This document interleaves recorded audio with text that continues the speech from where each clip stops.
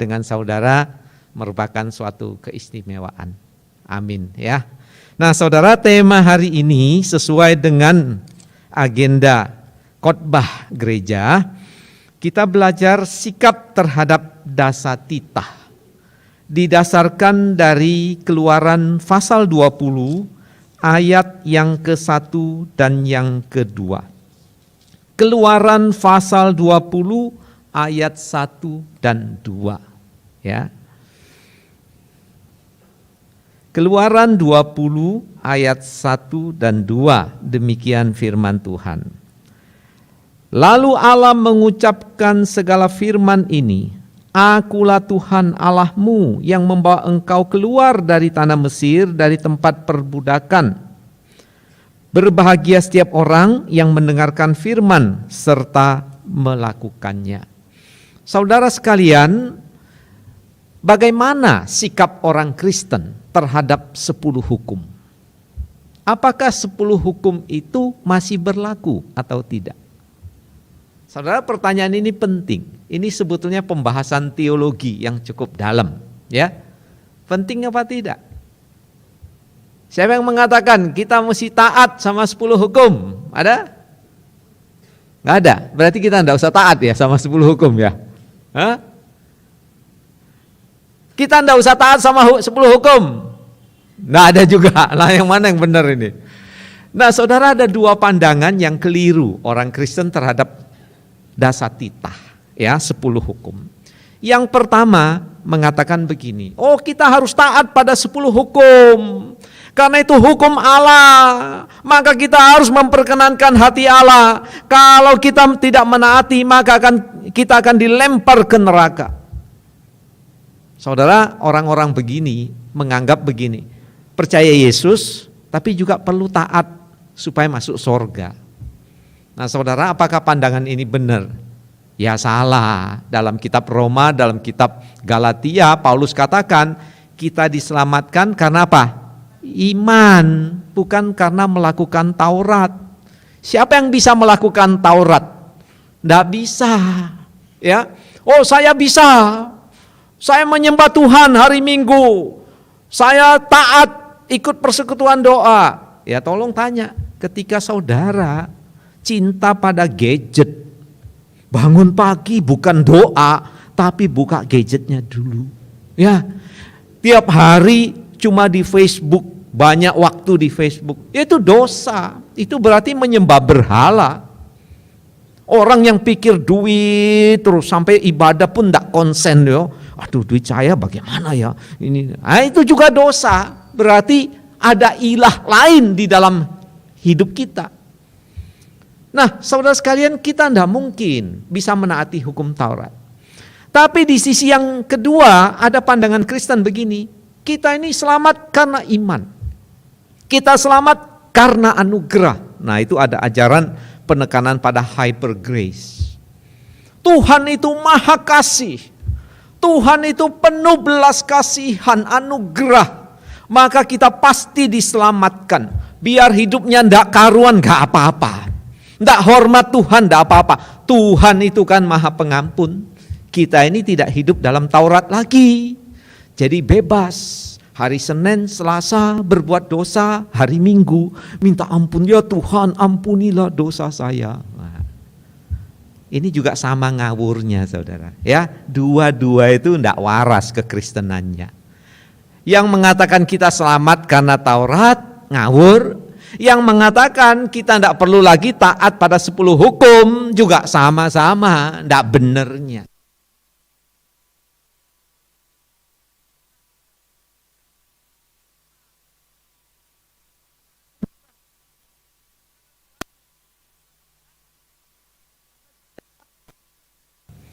Tetapi saudara sekalian, Taurat itu Tuhan berikan pada dasarnya tetap untuk kita menaatinya.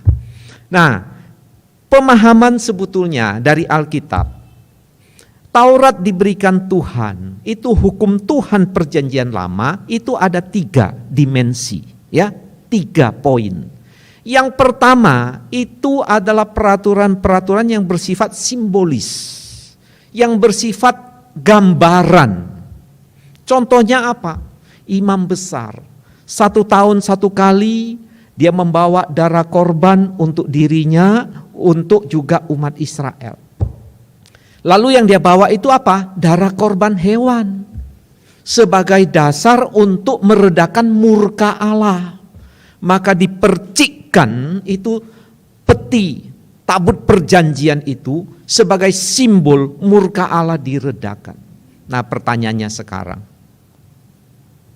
manusia berdosa bisa enggak dibayar dengan darah binatang?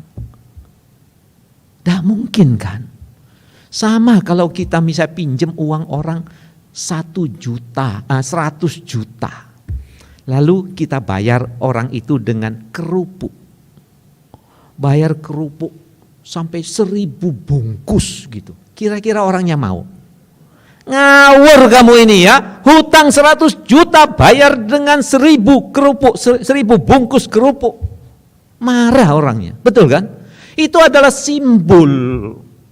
Siapa imam yang sesungguhnya? Imam besar sesungguhnya Yesus. Darah yang bisa mengampuni dosa kita. Darahnya siapa? Darahnya Yesus. Manusia yang sempurna, Allah yang sejati. Darahnya dia yang bisa menebus kita. Nah, saudara sekalian, jadi kita melihat ada hukum yang bersifat simbol.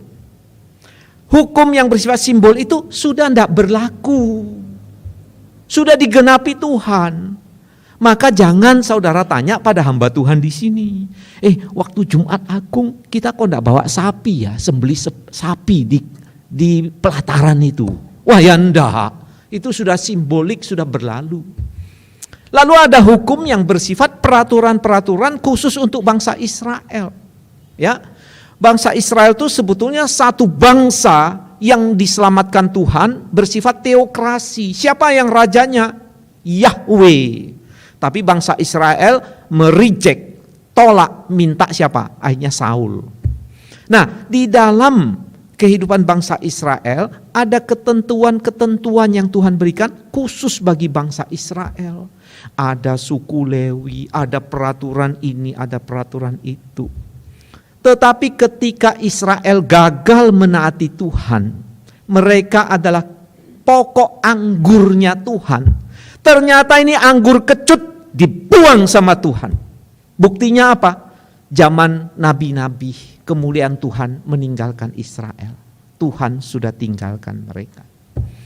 Nah, saudara sekalian, karena itu Yesus datang sebagai pokok anggur yang benar, Israel yang sejati.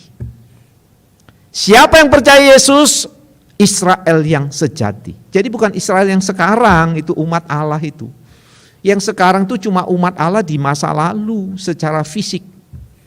Nah, saudara sekalian, jadi kita melihat peraturan-peraturan yang kepada bangsa Israel itu juga sudah berlalu. Tidak ada lagi teokrasi Israel di dunia ini. Tidak ada teokrasi lagi umat Allah.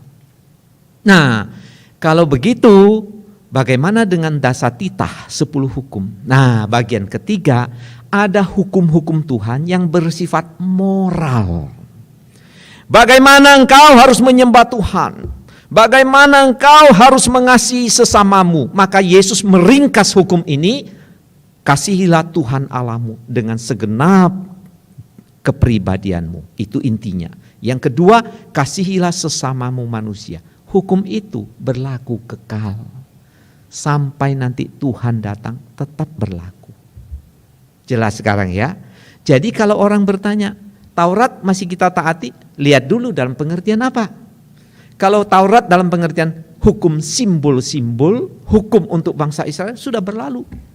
Tapi kalau Taurat dalam pengertian hukum moral itu berlaku tetap. Tuhan memerintahkan kita, jangan ada Allah lain di hadapanku. Itu berlaku enggak? Berlaku. Ketika kita mengutamakan uang kita mengutamakan gadget kita mengutamakan pacar kita. Kamulah Tuhan bagiku. Wah, itu dosa menyembah berhala itu. Ya. Ketika kita walaupun ya kita tidak berzina, tapi di dalam hati pikiran mengingini orang lain, itu namanya berzina. Itu dosa. Jadi saudara sekalian, Taurat dalam pengertian 10 hukum tetap berlaku. Nah, sekarang kita akan belajar bagaimana sikap kita terhadap dasatitah itu. Saya dasarkan dari 2 ayat ini, saudara. Mari kita belajar ya dari firman Tuhan ini, apa yang Tuhan tulis, apa yang Tuhan maksudkan dengan 10 hukum itu, dan bagaimana kita seharusnya menyikapinya. Ya, nah mari kita belajar. Di dalam ayat yang ke-1 dikatakan, lalu Allah mengucapkan segala firman ini. Saudara sekalian, firman ini diucapkan oleh Tuhan pada waktu bangsa Israel berkumpul di kaki gunung Sinai. Pada waktu mereka berkumpul itu, Allah menyampaikan firman-Nya, 10 hukum ini. Kapan ini terjadi? Nah, ada yang mengatakan ini terjadi tanggal 15 bulan yang ketiga. Ada yang mengatakan bulan yang ketiga. Ada yang mengatakan 50 hari setelah bangsa Israel keluar dari Mesir. Nah, kemungkinan besar ini yang dimaksud adalah bulan ketiga. Atau barangkali juga bisa diartikan 50 hari setelah mereka keluar dari Mesir. Nah, itu bukan hal yang penting menurut saya ya. Tetapi mari kita masuk di dalam ayat ini. Allah mengucapkan segala firman ini. Mengapa Allah setelah dia tuntun bangsa Israel keluar dari Mesir, berkumpul di kaki gunung Sinai, lalu Tuhan berfirman. Saudara, di balik dari 10 hukum itu ada satu konsep yang penting yang namanya perjanjian. Ya. Tuhan sudah mengatakan kepada Musa sebelumnya, Israel akan dituntun keluar dari Mesir dan Israel akan menyembah Tuhan. Maka di gunung Sinai itulah Tuhan membuat satu ikatan perjanjian. Saudara, apa yang dimaksud perjanjian? Slide-nya bisa ditayangkan ya. Jadi slide itu supaya bisa paling tidak menuntun pemikiran kita. Saudara, istilah perjanjian itu dari 2 kata. Yang pertama itu makan roti bersama, yang kedua mengikat atau membelenggu. Apa yang dimaksud makan roti bersama? Ini bukan makan ya untuk kumpul teman gitu, bukan. Tapi ini makan bersama dan terikat dalam satu perjanjian. Jadi di masa lalu itu sudah biasa ada perjanjian-perjanjian. Perjanjian apa? Perjanjian antar pribadi, perjanjian antar suku, perjanjian antar negara, ya, perjanjian antar raja dengan suku tertentu dan seterusnya. Nah, jadi ada satu ikatan perjanjian, itu konsep zaman dulu, sudah biasa ada perjanjian. Jadi dalam perjanjian itu makan bersama lalu mengikat diri dalam perjanjian. Nah, begitu juga Allah ketika dia berfirman kepada bangsa Israel, dia mengikat satu perjanjian. Israel sudah dibebaskan, maka Israel sekarang diikat dalam satu perjanjian dengan Tuhan. Pada masa itu ditemukan ada dokumen-dokumen yang kuno, ya. Jadi ada perjanjian misalnya menyembelih keledai. Jadi keledai itu dibunuh seekor keledai. Untuk apa? 2 pihak ini mengikat satu perjanjian. Nah, biasanya perjanjian itu isinya pertama itu adalah siapa yang terlibat dalam perjanjian. Ya, pihak yang terlibat. Lalu yang kedua itu ada prolognya. Sejarahnya itu bagaimana sampai mereka bikin perjanjian. Lalu bagian ketiga itu ada persyaratan-persyaratan, ketetapan-ketetapan. Lalu bagian yang keempat biasanya ada saksi-saksi. Nah, bagian terakhir itu ada kutuk, ada berkat. Itu perjanjian. Jadi waktu Tuhan panggil bangsa Israel, ikat satu perjanjian, itu tercatat semuanya dalam kitab Keluaran ini.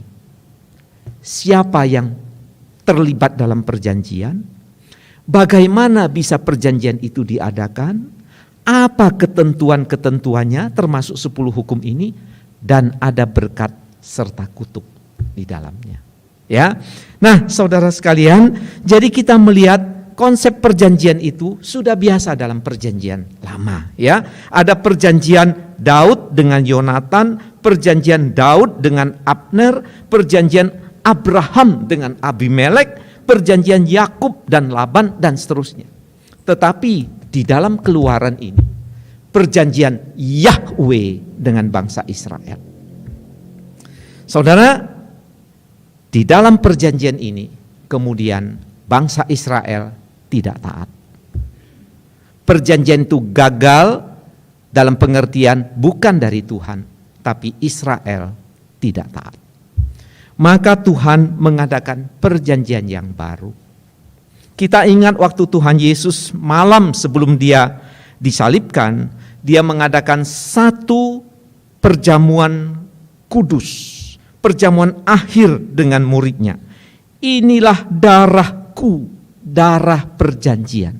Ya kan? Tuhan mengatakan itu. Maksudnya apa? Perjanjian baru itu bukan yang baru sama sekali. Tapi yang lama, perjanjian lama itu dibaharui. Dulu simbol-simbol tidak bisa menyelamatkan, simbol itu digenapi. Dulu Israel gagal, ketentuan bagi Israel itu sudah berlalu. Sekarang perjanjian baru. Dan dulu umat Israel, manusia tidak bisa taat pada hukum moral. Sanksinya apa? Dikutuk. Hukum.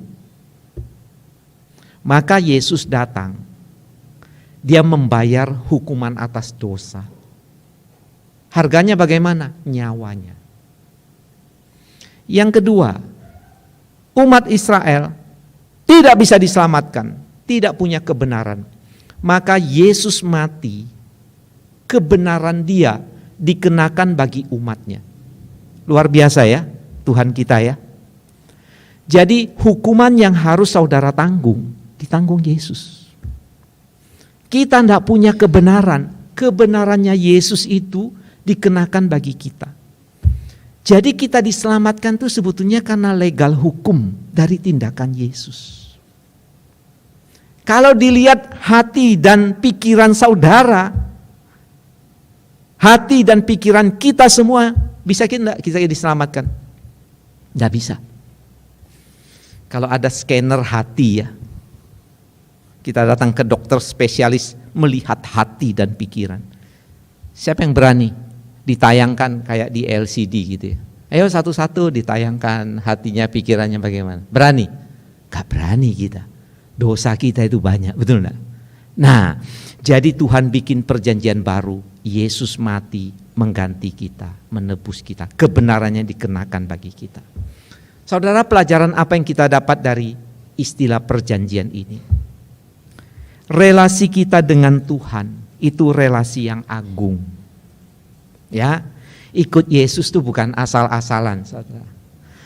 Aku sedang repot Tuhan Yesus, sorry ya, tidak usah kebaktian. Aku sedang sibuk Tuhan Yesus, jadi ini banyak membutuhkan uang. Karena itu hari ini tidak kasih persembahan atau tidak dukung pelayanan. Loh, kita mengikut Yesus itu bukan gampangan loh saudara. Kita mengikut Yesus itu terikat dalam satu perjanjian. Yang menikah, yang sudah menikah. Waktu kita mau menikah, Anda tidak ceritanya. Oh saya ketemu loh, dulu sama istri saya, sama suami saya itu waktu masih awal tertarik sama dia. Ketemu di pasar gitu ya, ketemu di mall.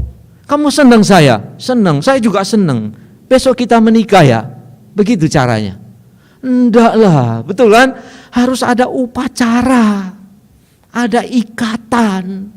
Di hadapan Tuhan, di hadapan jemaat, diteguhkan. Ada ikatan di pemerintah, maka ada catatan sipil, dicatat semua kan. Kan tidak seperti yang di kebun binatang itu ya, di mana taman safari, betul enggak ya? Bukan, ikatan kita itu dalam pernikahan itu mulia, agung. Nah, ikatan kita sama Tuhan juga begitu. Maka kita ikut Tuhan itu harus dengan rasa takjub sama Tuhan. hormat sama Tuhan. Kita tahu bahwa Dia yang memiliki kita. Bukan kita memiliki diri kita, bisa hidup semau kita sendiri. Enggak. Ya. Jadi iman Kristen itu iman yang mulia. Yang kedua, kita belajar sekarang bahwa hukum Taurat diberikan. Dasarnya itu adalah relasi perjanjian. Kita kembali melihat di dalam ayat yang ke-1. Lalu Allah mengucapkan segala firman ini. Kita melihat waktu Allah mengucapkan ini, kita bandingkan dengan Keluaran pasal 19. Sesudah mereka berkumpul, maka ada suara sangkakala yang berbunyi. Suara sangkakala itu berbunyi, makin tinggi, keras. Sesudah keras begitu, Tuhan berfirman. Jadi jangan dipikir Tuhan berfirman itu dari angin yang sepoi-sepoi seperti Elia. Bukan. Waktu Tuhan menyampaikan ini dengan fenomena yang menakjubkan, lalu ada suara sangkakala makin tinggi frekuensinya, setelah sampai klimaksnya Tuhan berfirman. Nah, saudara, kita melihat dalam Keluaran 20 ayat 19, bangsa Israel setelah mendengar suara Tuhan, mendengar firman Tuhan, mereka ketakutan. Musa, engkau sendiri yang harus menghadapi Tuhan, jangan kami. Kalau kami yang menghadapi Tuhan, kami akan mati, Musa. Ketakutan mereka. Mengapa, saudara? Ya karena berdosa, ya kan? Banyak lakukan dosa, banyak kejahatan mereka tahu. Menghadap Tuhan yang suci pasti mati dihukum Tuhan. Maka mereka minta Musa yang datang. Tetapi saudara, kita melihat di sini indah sekali pengajaran dari firman Tuhan ini. Disinilah Tuhan memanggil umatnya.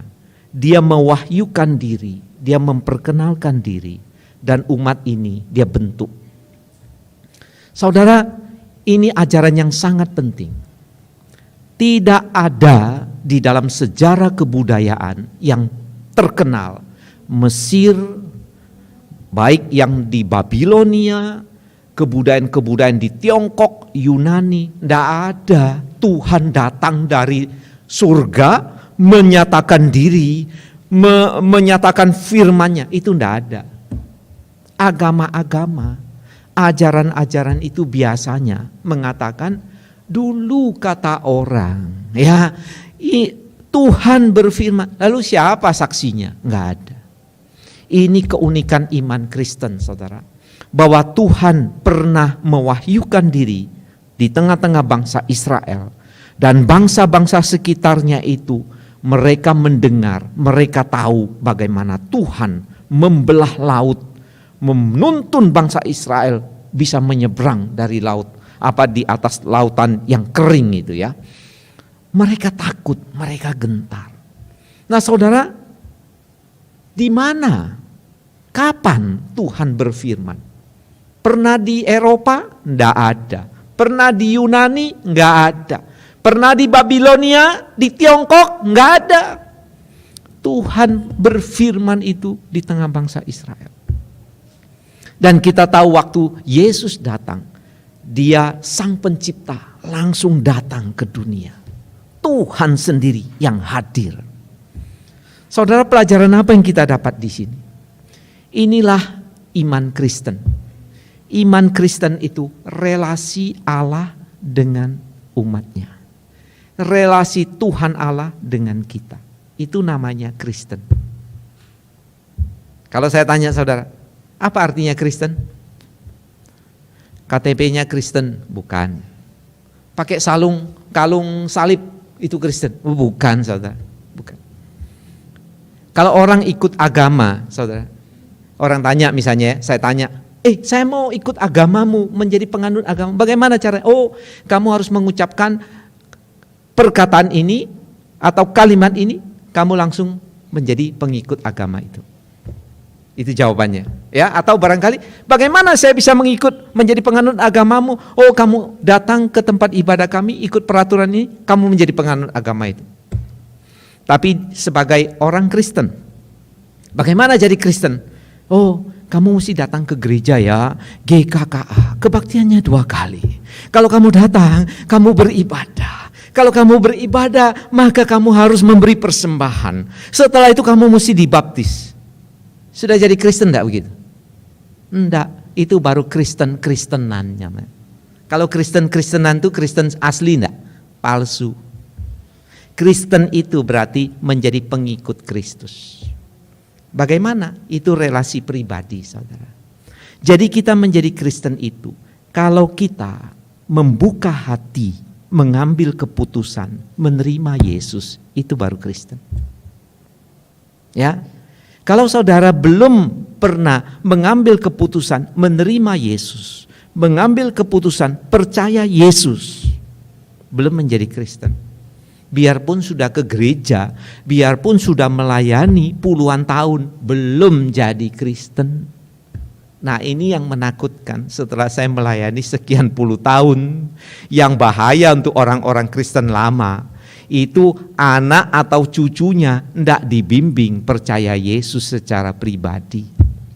Saya harap kita semuanya di sini sudah pernah mengambil keputusan terima Yesus, percaya Yesus. Saudara, saya mengharapkan kita mengenal, menjadi Kristen apa? Punya relasi dengan Yesus. Bukan saudara itu datang ke gereja, pakai nama Kristen. Bukan itu, bukan sekedar itu. Tapi sungguh punya relasi dengan Yesus. Roh Yesus masuk di dalam hati saudara. Waktu kita percaya Yesus, Roh Kudus juga masuk di hati kita. Waktu kita percaya Yesus, Roh Allah Bapa juga masuk dalam hati kita. Maka roh Allah Tritunggal itu ada di dalam hati orang Kristen. Maka orang Kristen disebut apa? Bait Allah. Ya kan? Dalam 1 Korintus, dalam kitab Efesus. Bait Allah yang sejati, tubuhnya Yesus sebagai korban. Tetapi umatnya, orang yang percaya itu menjadi bait suci juga. Kenapa? Didiami roh Allah. Maka orang yang sudah percaya Yesus, hati nuraninya itu menjadi peka. Kalau dulu kecenderungannya cuma pada dosa, tidak cinta Tuhan, waktu percaya Yesus, kelahiran baru terjadi, ada kecenderungan baru untuk cinta Tuhan, mencintai Taurat. Karena itu kalau kita sudah percaya Yesus, ada relasi pribadi dengan Tuhan, tidak bisa aman, damai dengan dosa. Jadi kalau ada orang sudah tengkar sama suami, sama istri, ya satu kebun binatang keluar semuanya. Lalu malam-malam tuh masih tidur bisa pules gitu. Aduh, bisa tidur 8 jam. Kemungkinan belum lahir baru orang itu. Ya. Orang yang sudah percaya Yesus, ada roh Yesus, ada kepekaan. Nah, ini relasi dengan Tuhan. Yang ketiga, sekarang kita lanjutkan. Di dalam perjanjian ini, seperti yang saya katakan, itu ditulis siapa yang terlibat dalam perjanjian. Ayat 2, Akulah Tuhan Allahmu. Siapa yang terlibat? Yahweh. Dia yang berinisiatif. Lalu siapa yang dipanggil? Akulah Tuhan Allahmu. Mu di sini Israel dipakai bentuk apa? Singular, bentuk tunggal, bukan jamak. Jadi mereka walaupun jamak, banyak, satu bangsa, tapi bagi Tuhan mereka satu kesatuan umat Tuhan. Nah saudara, di dalam perjanjian ini kita melihat Tuhan yang berinisiatif, bukan Israel. Sekarang orang sering posting WA, Israel menemukan ini, komputer dan sebagainya. Saudara, Israel sekarang memang pinter. Israel zaman dulu, waduh sangat bodoh. Budak, menjadi budak itu ratusan tahun. Miskin, tidak terpelajar, karakternya jelek. Itu Israel zamannya Musa ini. Apa mereka lebih hebat dari bangsa lain? Enggak, justru jelek sekali. Tapi Tuhan pilih mereka. Pertanyaannya, mengapa Tuhan pilih Israel? Apakah karena Israel baik? Enggak. Karena pintar? Enggak, bodoh-bodoh. Mereka kaya? Enggak, sangat miskin, budak. Ini menunjukkan apa? Tuhan berinisiatif memanggil dalam anugerahnya. Jadi itu bukan karena hebatnya bangsa Israel. Saudara, kita pelajari apa dari hal ini?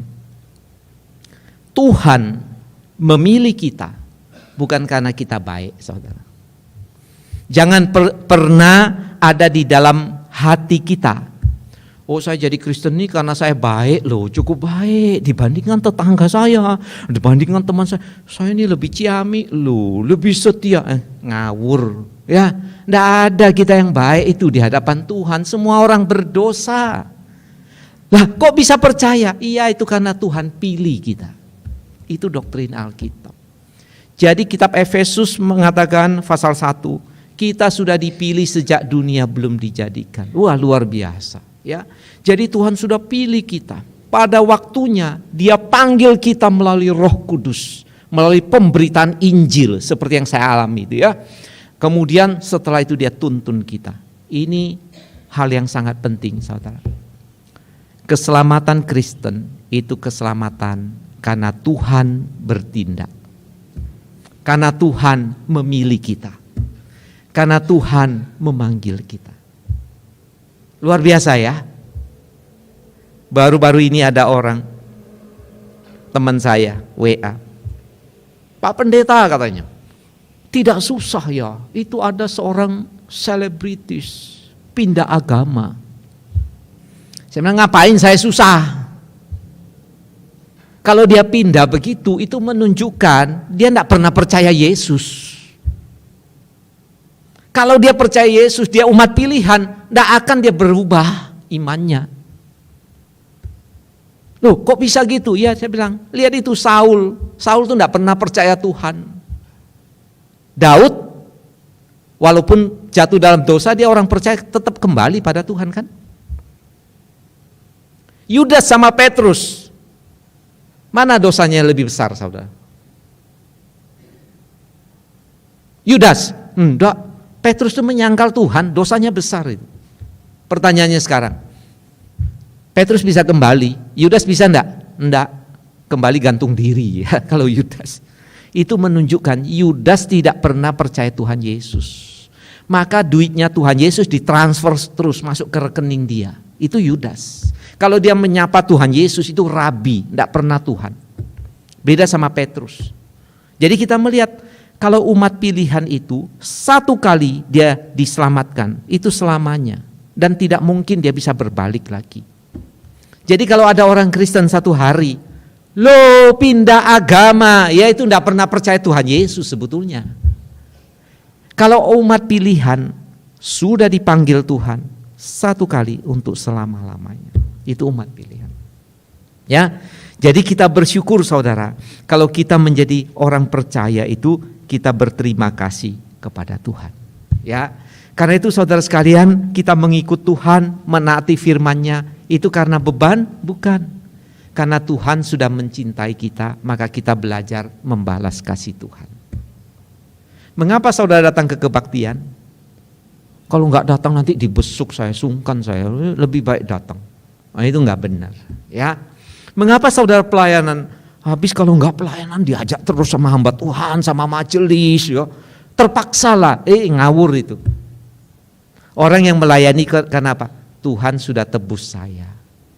Tuhan sudah menyelamatkan saya. Maka saya mau melayani Tuhan. Nah, saudara, inilah yang diajarkan di dalam bagian yang terakhir, itu kasih karunia yang keempat, ya.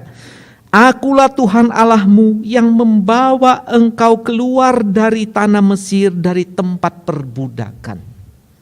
Di sini Tuhan mengingatkan Israel. Hai Israel, aku memanggil kamu dari mana? Dari tanah perbudakan. Engkau bukan apa-apa. Engkau orang yang miskin, orang yang tidak ada nilainya. Tapi Tuhan panggil, Tuhan selamatkan. Saudara, begitu juga kita. Tuhan panggil kita dari orang berdosa. Apa yang menjadi kebanggaan kita? Tidak ada. Kepintaran kita, kebaikan kita itu seperti kain kotor, Alkitab katakan. Tidak ada. Jadi di dalam konsep perjanjian zaman dulu, kalau ada seseorang sudah menolong orang lain itu wajib membalas dengan kebaikan. Kalau ada penguasa menolong rakyatnya, rakyatnya itu wajib membalas kebaikan dan hormat kepada penguasa. Kalau sekarang tidak ya. Banyak orang dapat kebaikan dibalas dengan apa? Pepatah mengatakan dibalas dengan air tuba, betul enggak ya? Sudah nolong orang malah dipentung, peng gitu ya. Ini manusia zaman sekarang. Saya sudah mengalami beberapa kali orang Kristen sudah ditolong, balasnya dengan kejahatan ya. Tapi kita sebagai orang Kristen masa kita balas ya? Ya enggak lah, sudah itu urusan dia sama Tuhan ya. Nah saudara, engkau dan saya enggak boleh punya hati begitu sama Tuhan. Sudah ditebus Tuhan, mokong, enggak mau beribadah. Sudah ditebus Tuhan, loh Tuhan saya kasih persembahan ini sumbangan loh. Saya enggak suka pakai istilah sumbangan kalau sama Tuhan itu. Selalu apa? Persembahan. Lah kalau Tuhan beri kita kesempatan memberi persembahan, itu karena dia beranugerah saudara. Ya, jadi jangan kita mokong loh ya. Tuhan kan kamu yang butuh saya, maka saya kasih ya sumbangan. Ngawur ya. Kita kalau punya konsep gitu bisa dicewer sama malaikat nanti satu hari ya. Nah saudara, kita mesti rendah hati. Kalau kita melayani pun enggak boleh. Aku ini ciamik loh untuk pimpin paduan suara. Aku ini pinter loh untuk main musik. Kamu jangan macam-macam loh. Kalau macam-macam nanti saya mogok, saya protes, demo, gereja enggak bisa ibadah. Hati-hati. Enggak boleh. Karunia itu Tuhan berikan. Maka Tuhan kalau kasih kesempatan, ya layani dia dengan baik, saudara. Ya, pianis kami beberapa waktu lalu, waktu keluar pagi dengan anjingnya rupanya ada musuhnya, kung gitu, lompat anjingnya, wah dia ditarik, jatuh, banting, tangannya ada yang retak, ya tulangnya itu. Nah dia guru piano, saudara, dia juga pemain musik di gereja, bingung nggak? Bingung, nangis dia. Tuh Pak, bagaimana ya saya nanti masih bisa enggak main piano? Saya bilang, kita doa, sandar pada Tuhan.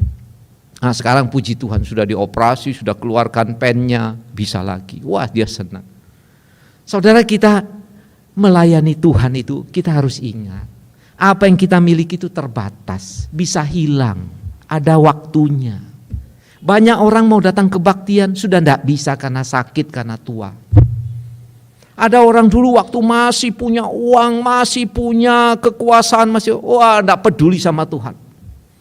Tapi sudah jatuh begitu, baru nangis-nangis, minta ampun sama Tuhan. Enggak perlu saudara, kita enggak perlu tunggu sampai semuanya berlalu, hilang, baru datang pada Tuhan. Enggak. Mulai sekarang, yang muda, sejak engkau muda, sudah mulai taat sama Tuhan. Amin. Tuhan masih beri kita kekuatan, ikut dia dengan setia, ikut dia, layani dia dengan sungguh-sungguh. Nah biarlah kiranya firman Tuhan sore ini memberkati kita. Bagaimana sikap kita terhadap Taurat? 10 hukum, kita belajar taat. Mengapa? Bukan karena kita takut, karena Tuhan sudah mengasihi kita. Dan rohnya sudah memberi kita satu kecenderungan baru, menyenangkan hati dia. Dan rohnya sudah memberi kita kemampuan untuk belajar menyenangkan hati Tuhan dengan menaati Taurat, menaati hukum, 10 hukum itu. Kiranya Tuhan memberkati. Mari kita tundukkan kepala, kita masuk di dalam doa.